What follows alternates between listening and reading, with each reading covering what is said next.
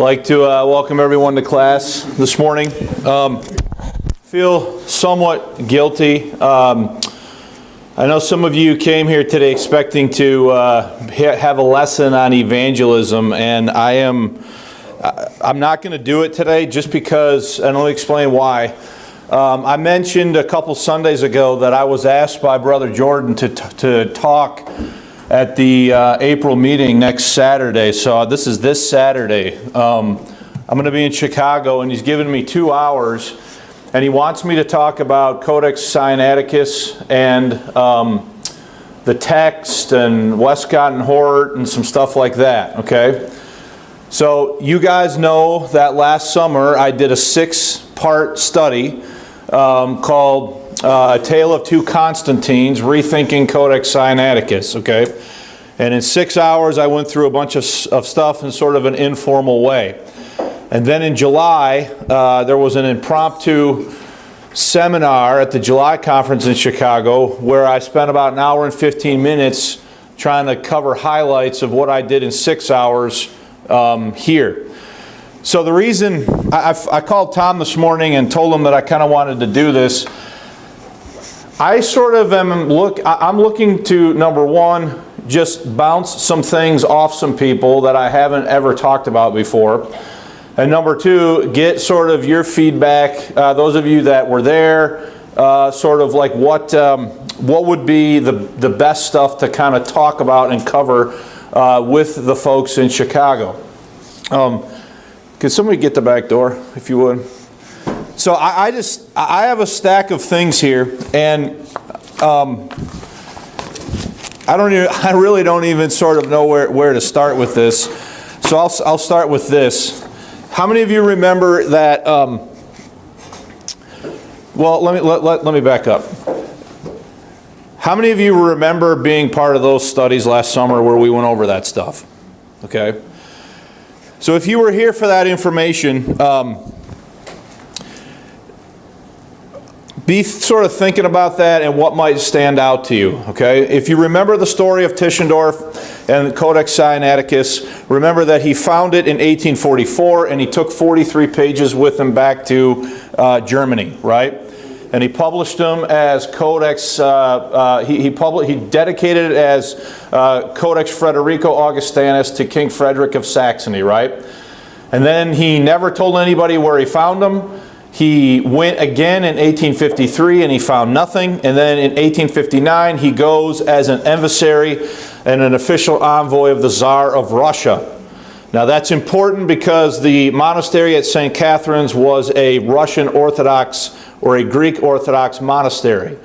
So for him to show up there in 1859 carrying official papers from the Russian government was a big deal. The 2 previous times he came basically as this bumbling European scholar looking for manuscripts, and when he found something, then the monks at the monastery started to sort of oppose him, right? Well, through a series of watching videos and looking at things, one of the things that I've found since then is, if you remember, that so Tischendorf claims that he found the first leaves in a basket ready to be burned. You remember the story? Okay. And that he, asked the prior of the monastery, the librarian about it and stuff like that. And remember when I taught you last summer, I said that there's good reasons to not believe his story, that he actually took those pages and stole those pages and then told his story later. There's one thing you got to understand. He does all this in the 1840s and the 1850s, and he doesn't tell anybody the story until like I think it's 1865. He writes when and where were the Gospels written, and then that book is translated into English in 1866. So it's 40 years since he found the first part of it. So there, in 1855, so this is after he got shut out the second time he went. In 1855, he publishes Fragmenta Sarca Pimplista.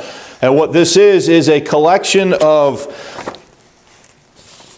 transcriptions from other manuscripts that he found as he was going on his journey, okay? The 8th one is called Fragmentum Codex Frederico Augustinus, and it says a fragment of Isaiah and Jeremiah. And what this is he takes in 4 pages and he transcribed the end of the book of Isaiah and the beginning of the book of Jeremiah by hand. Okay? So this page is not one of the leaves that he stole the first time. Yet he has a handwritten transcription of it. I find that bizarre. Okay? And it suggests to me the following. That he sat down with the intention of transcribing the book of Jeremiah by hand. Okay? Realized this is going to take too long. And says, forget it, I'm just going to what? I'm just going to cut it out and take it. Well, when he cut it out and took it, he accidentally missed this page. Okay, so if you go look at the Codex Frederico Augustinus, it is missing the end of Isaiah and the beginning of Jeremiah, which he is now publishing years after the fact as a handwritten transcription of what he wrote down when he was there in 1844. Well, if he was going to take the whole thing then, why bother even doing this? So this suggests to me that he originally intended to do it by hand. Eventually he's like, forget it, this is going to take too long. And he just took it. He cut it out. But when he cut it out, he accidentally missed the first page of Jeremiah. And so now here he is, over 10 years later, giving his hand transcription of it in this particular document. So that's just a factoid, but I think it demonstrates sort of where he's at. Now, let me just... Here's some of the things that I'm thinking about talking about next week. I could certainly go through the material that we went over here and share it with those men in Chicago, and that would probably be a fine thing to do. There'd be nothing wrong with that. My issue with that, though, is why should I do that again when I've already done it and they can have access to it through material that is already available on the church's website? I sort of feel like if I'm going to go there, I need to cast this whole thing in sort of a bigger overall picture, a bigger light of why all this matters, kind of a concept, okay? So does anybody have any feedback on that general thought? And I know, I'm sorry if you came here and you're like, oh, this isn't what he came here for, okay? But it will get a little bit more interesting, I think, as we get through this. But my first thought is it would be somewhat redundant to go there and do what I've already done here that somebody can already watch. That what I need to do when I go there is take that information, cover some of that information, but do it within a bigger flow of a context, driving at trying to understand what was going on that led to that being such a significant discovery. Okay, so anybody have any feedback on that, Tom? Yep, I think that's a good way to go, and what you can probably do, and probably what you're already thinking of doing, is as you get to tantalizing bits that support your broader view of whatever this big picture is, you give them just a piece of it, say for more details or all the details on this, see the church's website, see this document, etc., and move on. Just doing what you need to do to prove your point. Okay. Anybody else? Bud? The Revised Standard Version, isn't that a result of Codex Sinaiticus? The Revised this is the Westcott and Hort text that you gave me last summer. Okay. Yeah. So this is an 1882 first printing of the Westcott and Hort text in America. Okay, Bud gave me this last summer. This has a whole front material and preface in here written by Philip Schaff, who knew Westcott and Hort, knew Tischendorf, knew these guys personally. Okay, he wrote the front material, the introduction to the Greek New Testament that was put out by Westcott and Hort in 1881. Now, what's interesting about that? Well, let me back up. Did anybody have any follow up on what Tom was saying? So everybody get your Bible quick and go to Mark 16.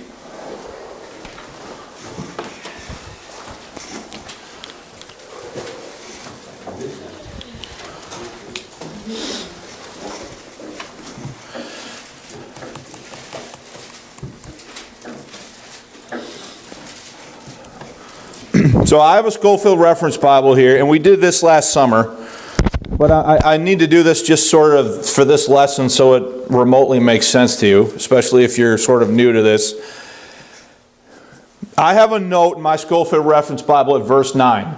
Okay? And it says the following.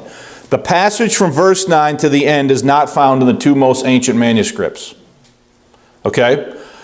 So when they say that, what two manuscripts are they referring to?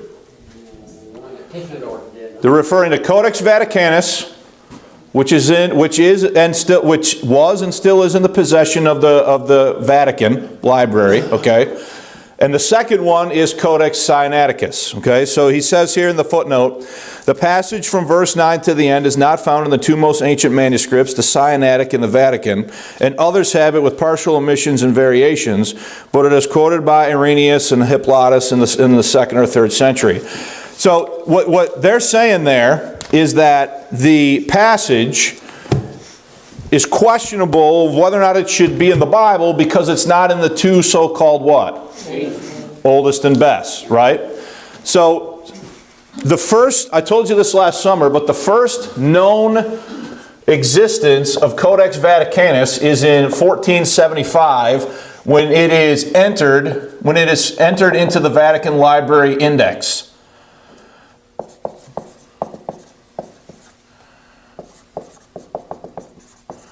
So what does that mean? That means there is no historical record of that existing until what year? 1475. Okay? In 1521, Erasmus writes to his friend Bombasius and asks him to check that codex for 1 John 5:7. Right? So everybody turn to 1 John 5:7. The Joachim comma, it's a famous passage. If people have a modern version, the passage is not in it at all. And it's a statement on the Trinity. Okay? 1 John 5:7. Verse 6 says, this is who came by water and blood, even Jesus Christ, not by water only, but by water and blood. And it is the Spirit that beareth witness, because the Spirit is truth. For there are three that bear record in heaven, the Father, the Word, and the Holy Ghost, and these three are one. So the verse that is missing, so Erasmus in 1521, he writes to his friend Bombasius to check Codex Vaticanus to see if 1 John 5:7 is in it. And guess what? It's not. Okay? So this is the first recorded time of somebody making some sort of making any sort of appeal reference to Codex Vaticanus as some sort of a texture, in some sort of a textual way. Okay? Does that make sense? So in 1659, see, I didn't even print this stuff out. In 1659, John Owen writes a book. John Owen writes a book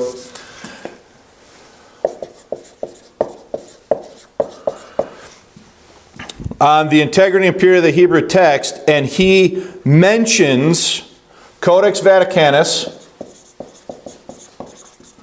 he mentions Erasmus, and he mentions the fact that 1 John 5:7 is not in that codex. Okay?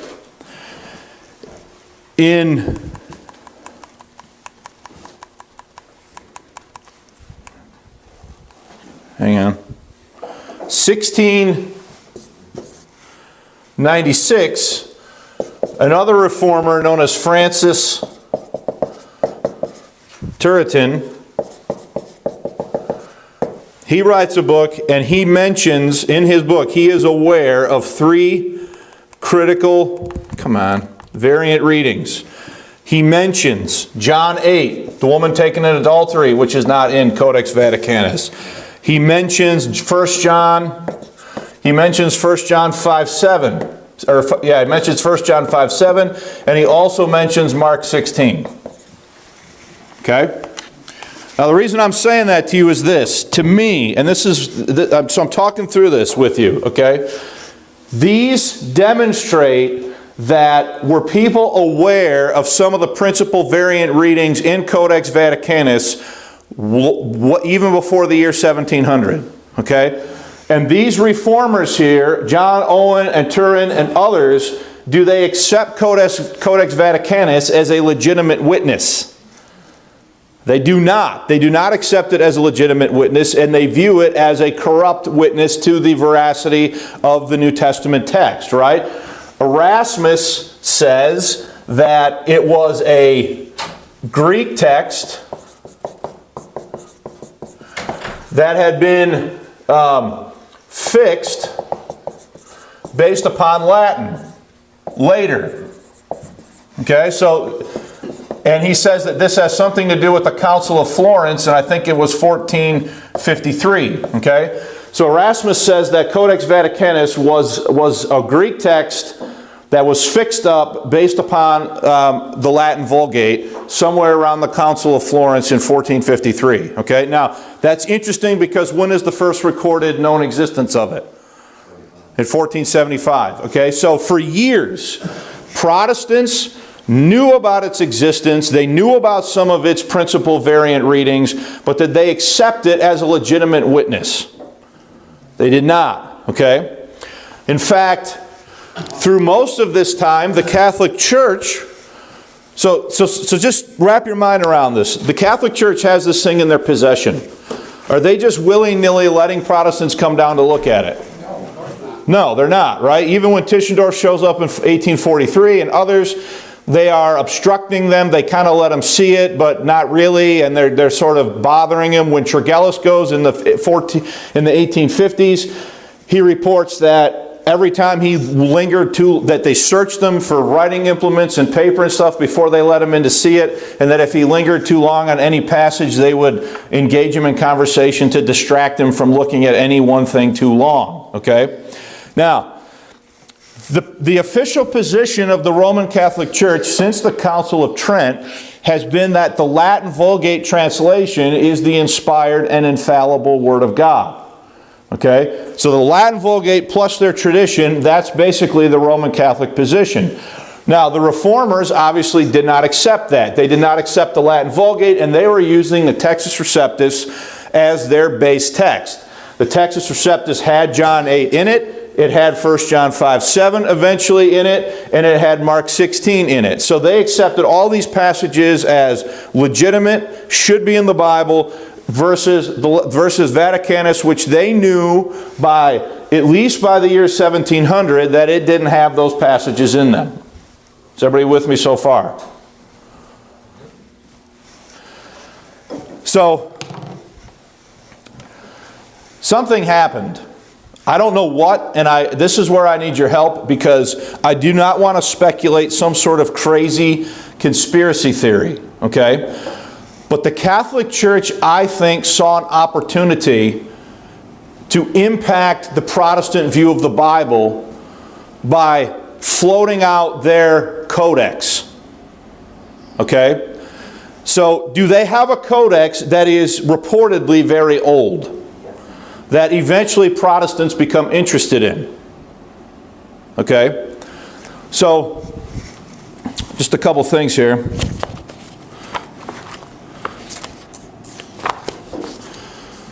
So this is from 1810. This is written by a German Roman Catholic priest named Hug, and he says, "De Antiquity Codicis Vaticani." This entire book is on an argument for the antiquity of Codex Vaticanus. Okay?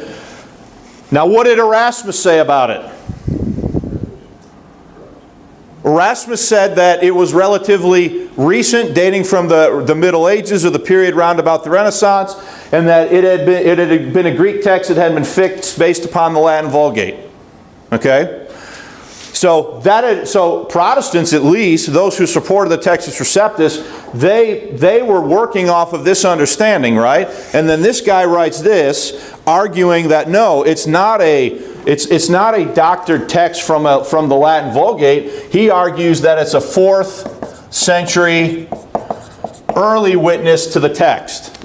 And he does this in 1810. You guys with that?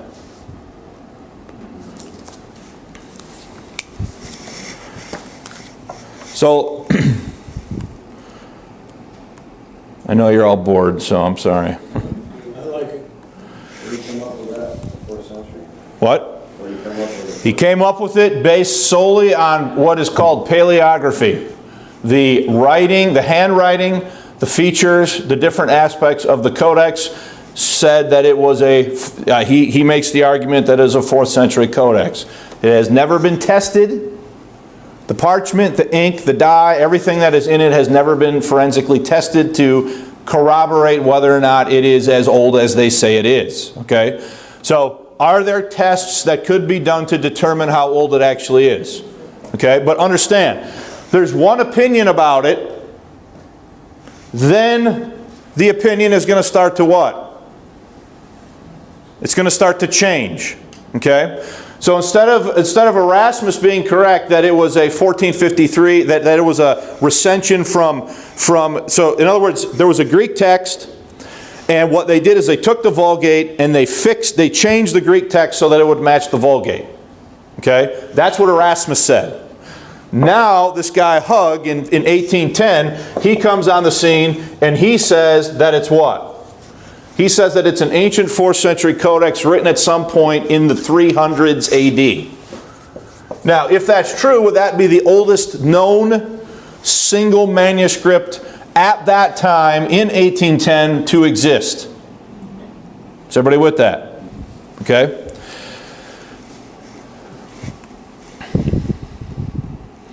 I should have wrote this over here. In 1831, so this is Hug, this is 1810. I know he sounds weird, but that's his name. In 1831, Lockman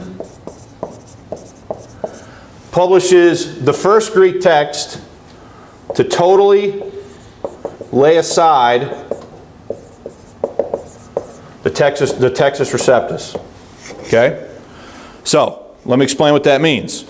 Before this, they had printed critical editions.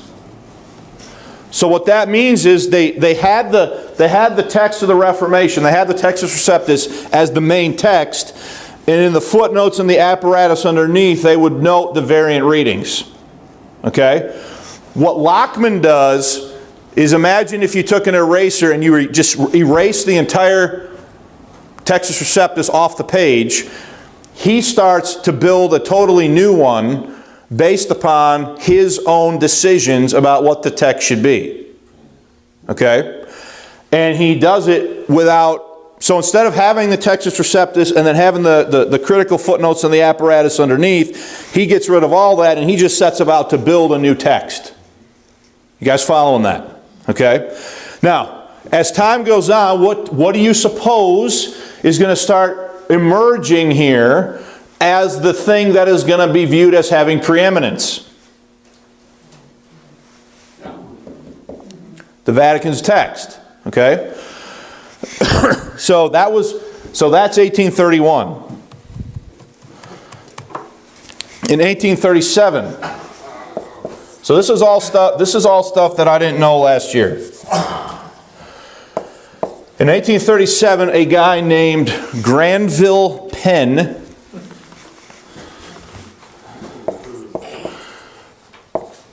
is going to publish a book called Annotations. Tom, this is what I printed out at the meeting. He's going to print out annotations of the book of the New Covenant. That's what he called it, okay? So I had a thrilling afternoon of reading yesterday after the board meeting. So that's this one right here, okay? Now notice right there on the title page, whose name do you see? Hugs. Hugs. Who's Hug? He's the guy in 1810 who first said what? 4th century. That it's a first century codex. Now, there might have been somebody before him. There could be, and I just haven't found it yet. But I can say definitively that right here, he is saying something totally different than what Erasmus had what? Said before. Okay? So let me just read some selected passage to you from Mr. Penn. First, this is page 16. He says, "Nevertheless, it is an undeniable fact that the minute insight which we have at length gained into the state of the Greek text is of a date long posterior to the latest authorized revision of our version." What is he saying?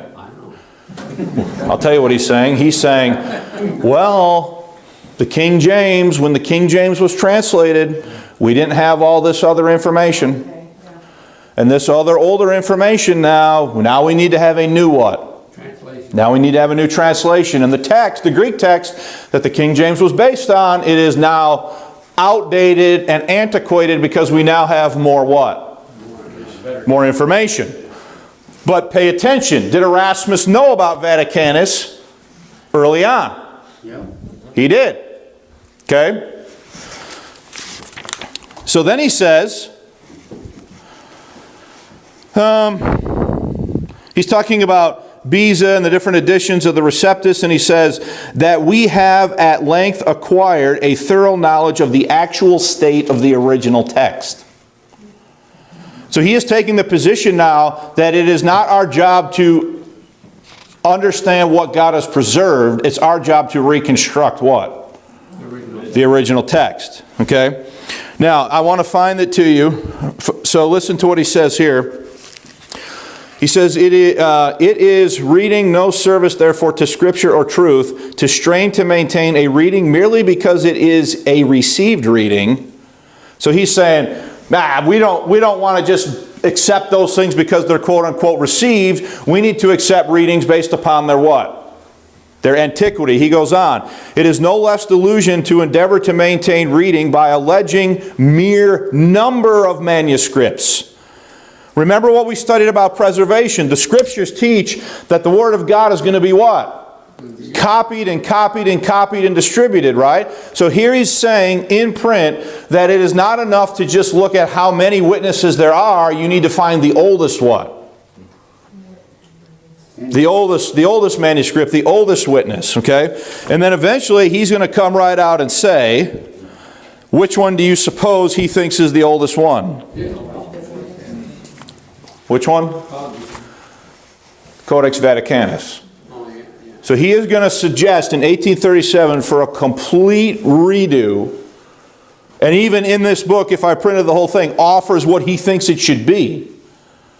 Based upon Codex Vaticanus, even though he on certain pages admits that no one has ever actually saw it. They're just relying on collations. You guys following this? Okay? And I gotta find the page because it's I marked it. Here it is. Here's the statement I want to read to you. But the true critical reason for assigning this manuscript to Egypt, if not to Alexandria expressly, is found in employing the known Egyptian orthography, Greek words as shown in Hug. So when this guy writes this, had he read this? Yep. This guy said it's a 4th century. This guy's now arguing for a complete redo of the entire Greek New Testament based upon the arguments put forth by who? Hug. Okay? There's even a more clear statement, I thought, where he says, as something like, as Hug has now proved, but I'm, of course, scrambling to find things here. Let me just flip back. Well, I know I marked it.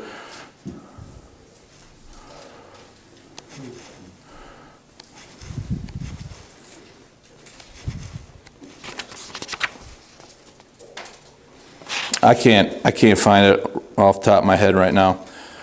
But here it is. Hug, in his treatise on the antiquity of the Vatican manuscript, has proved that it was written before the middle of the 4th century. So he read who? Hug. Said Hug proved that it was written before the middle of the 4th century. He has now accepted the premise that it is the oldest witness and is now advocating for a complete redo based upon what? Code. Based upon Codex Vaticanus. Okay? Now, what year is it though? What hasn't happened yet? 1838. Well, think about it. What happened in 1844? What happened in 1844?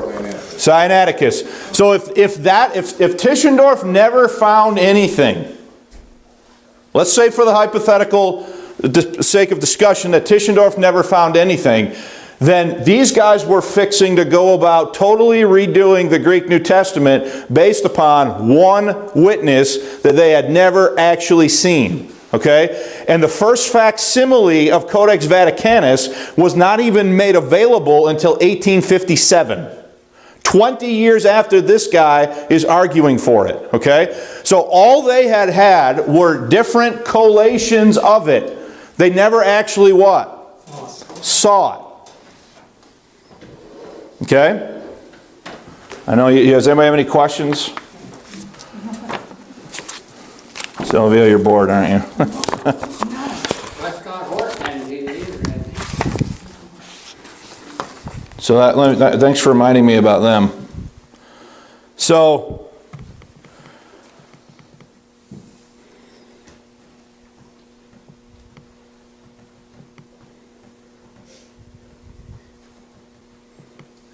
Well, it just seemed like if it was being used, it'd be more than just one witness, wouldn't it? well, that's the thing, right? It doesn't even agree with Sinaiticus. There's like thousands of disagreements of what the reading should be on the Gospels alone, as put forth by Dean Bergen when he collated the two of them. So this is now 1851. Okay?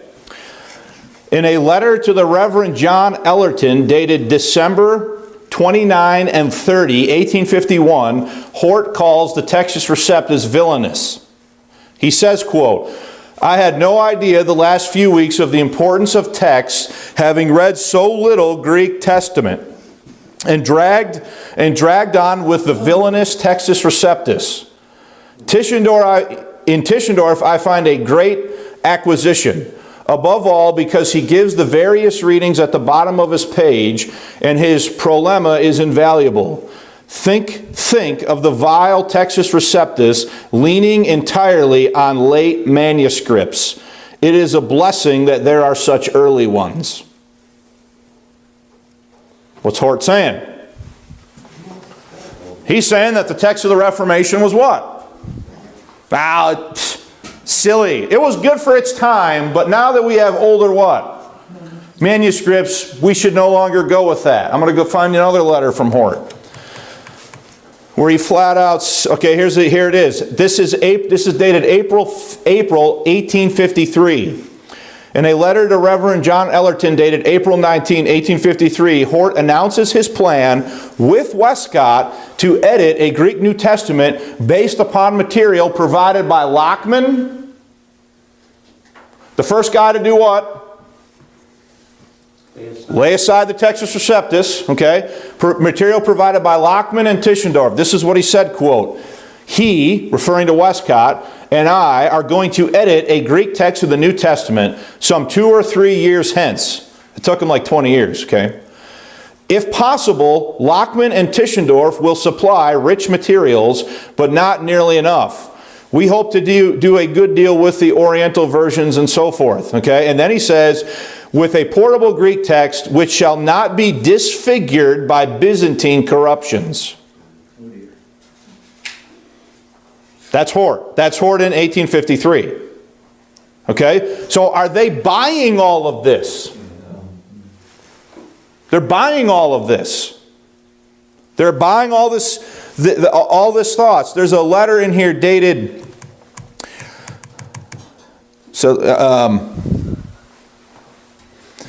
this is September 1857, in a letter to A. Macmillan dated September 22, 1857. Hort asked to be kept abreast of Tischendorf's work. He says, quote, "Please always send any fresh piece of Tischendorf's by post as soon as it comes without waiting for a parcel." Parcel. I am getting more and more convinced of the necessity of Westcott's and my work creating a Greek New Testament. Tregellus is very good, but he has not got to the bottom. Then there's a letter. So these guys were ready to move until Tischendorf found what? This is, no, that's not the one. Yes, it is. June 1859. Tischendorf found the bulk of the Codex in February 1859. In a letter to Reverend John Ellerton dated June 6, 1859, Hort acknowledges the discovery of Codex Sinaiticus by Tischendorf, and Westcott's desire is to see it before publishing anything. He says, quote, "Tischendorf's new discovery," that's what? That Sinaiticus, "may delay our New Testament greatly, as Westcott wishes not I to wait for it. But there can be little doubt of its importance." So you need to understand something. Until Tischendorf finds that, they really only have what? They really only have one thing to go on. Which one is it? It's the Vatican's manuscript. Do you think that if they had, this is my speculation where I want your feedback, if they had only Vaticanus, how many Protestants do you think would have been in favor of completely redoing the text based upon a Vatican witness alone? Bud? I think, I hate to say it, but Hug may have had a pretty good case, though. He was comparing the Egyptian Alexandria, the library there, well known, and seeing the Egyptian influence in the Greek text. That's a pretty good case. So I'm glad you brought that up. So this is the New Testament in the original Greek by Westcott and Hort. Okay? This is from the contents of the introduction. They say, surmise that B, that's Vaticanus, and Aleph were written in the West. What does that mean? So here are the two guys. They're saying that thing is not Alexandrian. They're saying it was written where? In the West. So it says right here, surmise that B and Aleph were written in the West, probably at Rome. Well, wait a minute. What did Erasmus say? He said that it was what? That it was overwritten at Rome using the Vulgate. Well, here are the two guys that are supposed to be advocating for the Alexandrian text, saying the thing wasn't even written in Alexandria. So how does that work exactly? Okay? But then,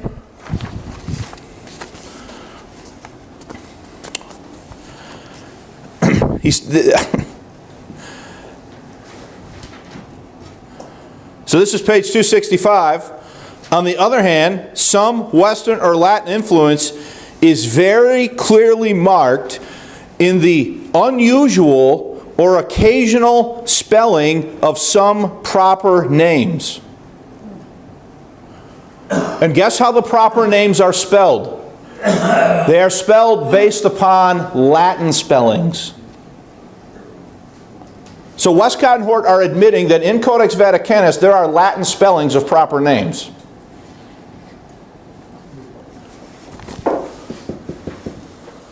What did Erasmus say? So I'm telling you, like this thing is like blowing my mind. Like I don't even know what to say about it, right? Because it is so, there is so much to say. And then they go on In B, that's Vaticanus, the Alexandrian indications are to the best of our belief wholly wanting. What does that mean? That means they're not there. Well, so what in the world is going on here? Okay? This, I mean, I'm serious. Like, when you get into this, it's like, what were these guys doing? You know, what were they trying to do? Other than they had a presupposition that the Textus Receptus was villainous, that it was antiquated, that it was out of date because of these new discoveries, and so they set about to do anything they could to do what? To discredit it. That's my timer, I guess. You guys, that's the boredom timer going off?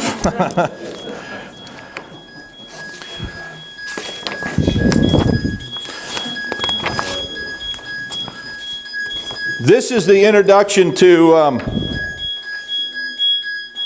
I shut it off here if I can. All right. This is an introduction to textual criticism of the text of the New Testament. This is written by a guy named Thomas Hartwell Horn, and in it he's got in Latin, reproduced in Latin, the letters between Erasmus and a guy named Septul. I'm going to say his name wrong. Sepulveda.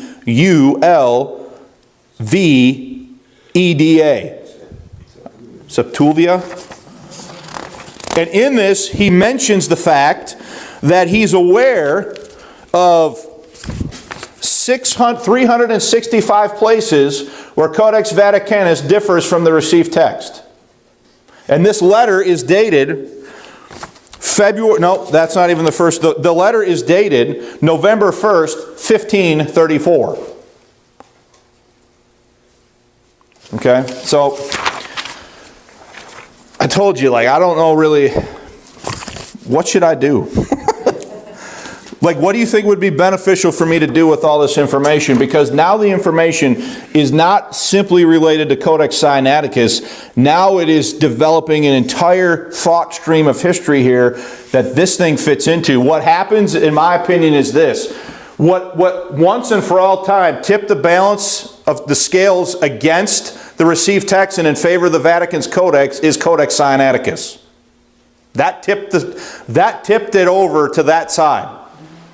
So once they had that, and they thought it was of the same age and so forth as the Vatican's manuscript, now they had two to go on, not one. And once they had two to go on, Westcott and Hort principally reworked the entire New Testament text based upon those two witnesses, giving deference to Vaticanus over Sinaiticus. Okay? So in other words, Bill, you're looking at me weird. So in other words, they thought Vaticanus was more important than Sinaiticus, but they adopt those two as their principal witnesses for redoing the entire New Testament.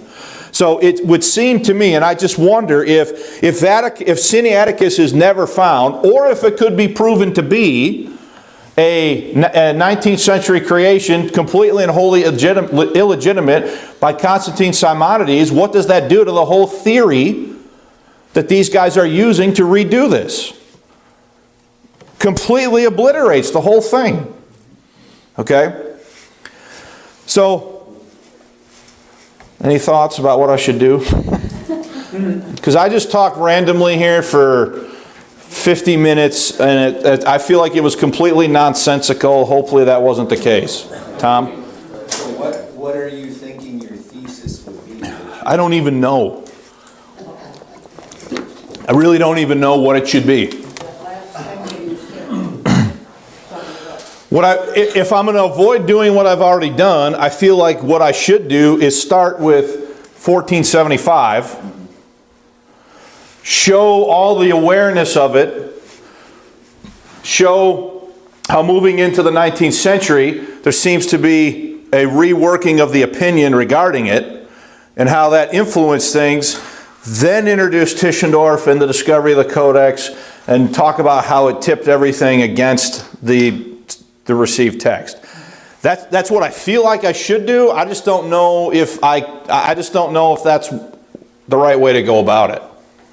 So what would be some possible theses? Because that to me seems to be whatever you think, either A, you need to tell these men that are, presumably going into the ministry or gone to a grade school of the Bible or are just there. What do they need to hear? What are they facing that's real life that they need to be able to answer based on the knowledge you could give them? What is that? I feel, and that's where I feel like most of the stuff that I'm talking about now is so technical, doesn't even matter to them. But the principle does. The overarching principle that we're trying to get a hold of does. So some possibilities are, in my mind, this seems to me to be a stream through history of putting doubt in God's word. Satan did it. These guys have done it. And why? I don't know. Are these guys really truly convinced on an intellectual level that this is good stuff? Or are they saying, it's an opportunity for me to catapult myself or my agenda or my ideology based on, I can get these knuckleheads to buy this and I can be up there. And then I go to even present day. What's the Pope doing now? Whatever I say supersedes God's word. I mean, he's all blatantly saying it. So nobody looks God's word as God's word. It's kind of an inconvenient truth. Okay. Bud? The Reformation, caused some, they changed everything from what the Catholics had, all that control and power. And this was a way for them to get it back. So, the one thing I didn't mention was, remember at the Bible conference I covered the quotes from Richard Simon, where Richard Simon says, because there are variant readings in the text, and the first originals are lost, you therefore need the church tradition. Yeah. So here's the other thought I have that I didn't really get out there is the following. How many of you would agree with me if I said the following? Rome always knew the temperature of the water within Protestantism. That they always were aware of what was happening within Protestant thought, because they're their main opponents. How many of you think that's a reasonable assumption? Okay. So would it be reasonable then and then the Catholics deposit into the thought stream in the 1680s, I didn't write it up there, this idea that the first originals were lost, and therefore you need the church tradition. So what I'm wondering is, as that idea is put there, and then because of science and the Enlightenment and other things start to question Protestant belief, that the Protestants, that generations later, some Protestants think that, well, we need to answer these guys, we need to answer their objections, so they make the mistake of trying to answer them based upon terms that are set by their opponents. And so they switch their thinking from identifying what God has preserved to now we have to reconstruct the original based upon older witnesses. And then the Catholic Church at that point then is more than willing, they're aware of what's going on, they're keeping tabs of it, they're more than willing to deposit Codex Vaticanus into the lap of Protestants in such a way to sway them off of the text that they hated ever since the Reformation. So that's my and then what happens though that Rome does not expect and is not aware of is what Tischendorf pulls out of the Sinai desert, and now they really have something. Any thoughts on that? What do you mean? Like a centuries-long detective story, and it's pretty cool. I don't want it to be good though. Just for I want it to be right. Like if I'm going to go out there and say, I know I'm saying it right now, it's being recorded, but if I'm going to say that, I want to have some reasonable assurance in my mind that that's actually what happened. I do think it is what happened, because even to this day, Rome has never rescinded the ruling of the Council of Trent that the Latin Vulgate is the authoritative, inspired Word of God for Roman Catholics. Yet now they have Protestants using a Bible that is based 90% on their Codex. How in the world did that happen? Okay? So anybody else? That's a good introduction, What is? what you just said. Sometimes you said, Christians using Vatican's. And the Vatican accomplished it without ever having to change their position. Okay? So, does a Roman Catholic guy like Hug in 1819 take the temperature of the water and say, here we go, the antiquity of the Codex Vaticani? It's not what Erasmus said, it's this. And then when I read the stuff by Hort, it totally blows my mind that those guys by their own admission will say that the thing was written at Rome and that it has Latinisms in it. Are they not therefore admitting that Erasmus was right? Tacitly. It's all smoke and mirrors, guys. It's all a bunch of scholarly hullabaloo that's got nothing to do with faith in any verses. Okay? So we got 5 minutes. Anybody else have any feedback or anything along those lines, bud? To me, this is where it becomes clear that pride plays a part in it, and which is Satan's most powerful tool. And in Hug's case and Tischendorf, you can see the pride and the power.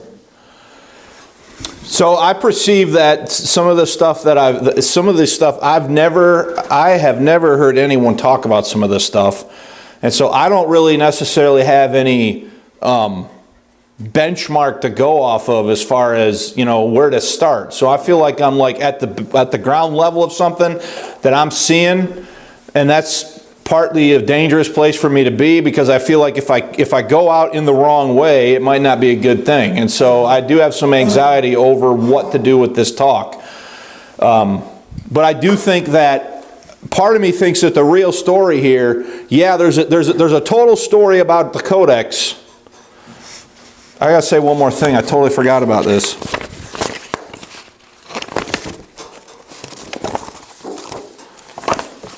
What'd I do? Do you remember we were talking last summer about Donaldson, who wrote 2 pieces pointing out that the Greek in the Simonides Hermes was the same as the Greek in the Sinaitic Hermes? Remember that? Okay? And how if you were going to say that they were inextricably linked because they were essentially exactly the same Greek? Remember we went over that? Okay? This is from 1866. Whose name's on that, Dave? Brooke Foss Westcott. Westcott. 1866, 2 years after Donaldson's first book in 1864, noting the connection between the Hermes Greek of Simonides and the Hermes Greek in Codex Sinaiticus. He says the following in a footnote on page 174.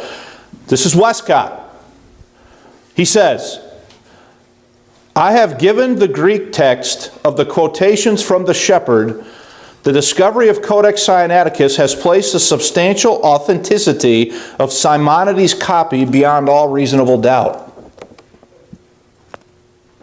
That's Westcott admitting that the Simonides Greek for Hermes is ancient.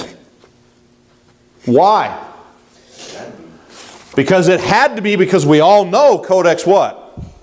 Sinaiticus is ancient. Okay? But then notice what he says. Mr. Donaldson's. Who's he referring to? Mr. Donaldson's arguments, page 309, prove too much for Codex Sinaiticus dates from a period within the first 5 centuries of the Christian era. Had Westcott read Donaldson's objections, he knew that Donaldson was right and says, if I say, well, they prove too much. So he says Donaldson proves too much, but then he ignores what Donaldson actually said. Okay? So by the time you get to these guys working on this, it's just mind-boggling to me that they tacitly admit, number one, that Donaldson was right, which shows they read Donaldson. If Westcott read it, you suppose Hort knew about it. Okay? Not only that, then you have them admitting that it was probably, that Codex Vaticanus was probably written at Rome, that it has Latinized spellings in it, and that it might not even be Alexandrian. It's all too much for me, man. I'm like, I don't even know where to start. So I appreciate you forbearing with me. I'm sorry that I didn't do what you thought I was going to do, and hopefully you're not too annoyed with me. Does anybody else have any other suggestions about how to maybe go after this next week? You see my problem? I hope you at least see my problem here. I don't know what to do. So, anybody else?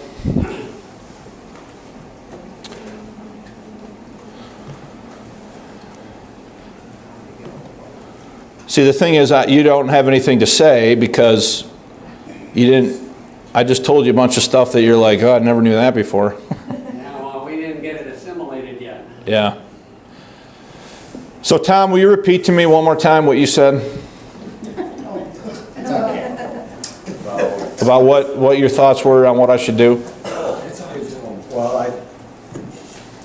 I think when I was in school, I always wrote my paper and then I made my outline, which is kind of ignorant. If I'd have made my outline, I could have made a good paper that flowed together. So my point or my question was, what is your thesis? And that answers your questions of where to go with it and what to say. So you have to determine what your thesis is. You know it far better than we do. So what would be relevant? So, and that also answers the why would I care about these technical things? Because you're proving to me your thesis. So what thesis are you doing? Okay. You have any thoughts, Mike? Weren't there some early second century translations that actually predate Vaticanus that contain, for example, the Mark 16 verses? Yeah, there's patristic quotations, lectionaries, other witnesses that contain I think that's important. some of the, and that's all part of the Textus Receptus position, that look, you're not just looking at Greek manuscripts here, you're also looking at other witnesses. Yeah, you And can't ignore those. I saw a statistic somewhere here this week that just blew my mind, that 100% of all the lectionary readings that are available, you know what a lectionary was? A lectionary was like a book that would have been used in the service that had passages in it and other things, okay? That all of the lectionaries that have ever been found contain, 100% of them contain readings that agree with the Receptus, not the so-called Alexandrian. So, anyway, unfortunately, I think my dad's right. I'm interested in something that not too many people care about. So be it. So, all right, well, I appreciate you guys giving me your patience. Ron, I think what I'll do, if it's okay with you guys, is I will just teach next week the lesson that I already had prepared. You guys okay with that? So I don't have to like make a new lesson. So I just decided I was going to do this morning because I found, like literally I found, I have to stop research mode and get into like lesson writing mode. Because if I don't, I'm not going to have a lesson. I'm just going to have a stack of stuff. Okay, so, all right, thanks.